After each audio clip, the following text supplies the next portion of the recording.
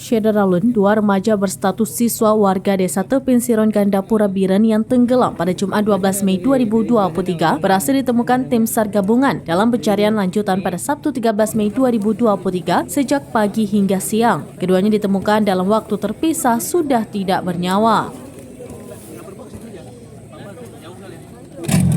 Kedua korban tenggelam bernama Rizalul Fakza berusia 15 tahun, anak dari Irwan Jafar, dan Sultan Fasya berusia 13 tahun, anak dari Taufik pada pukul 15.40 waktu Indonesia bagian Barat pada Jumat 12 Mei 2023, tenggelam saat mandi di aliran sungai Kerung Sawang Aceh Utara yang juga kawasan desa Tepin Siron perbatasan dengan Biren.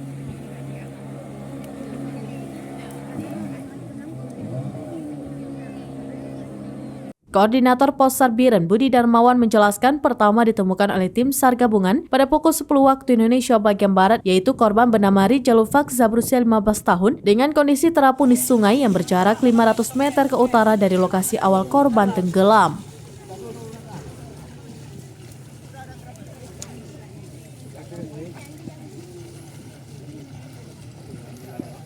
Jenazah korban langsung dievakuasi ke Puskesmas Gandapura, setelahnya dibawa ke rumah duka.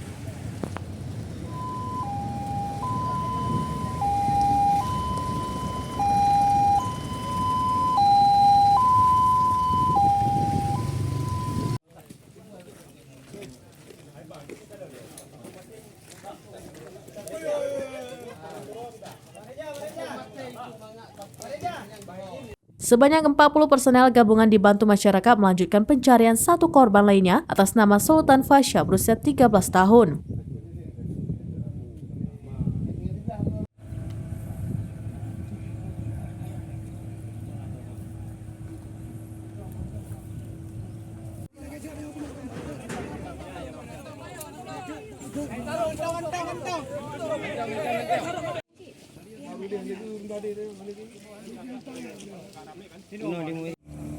Saat beristirahat untuk persiapan pencarian selanjutnya, tiba-tiba petugas dan warga melihat jasad Sultan Fasya muncul ke permukaan air di sekitar lokasi awal tenggelam dan ditemukan pada pukul 13.35 waktu Indonesia bagian Barat.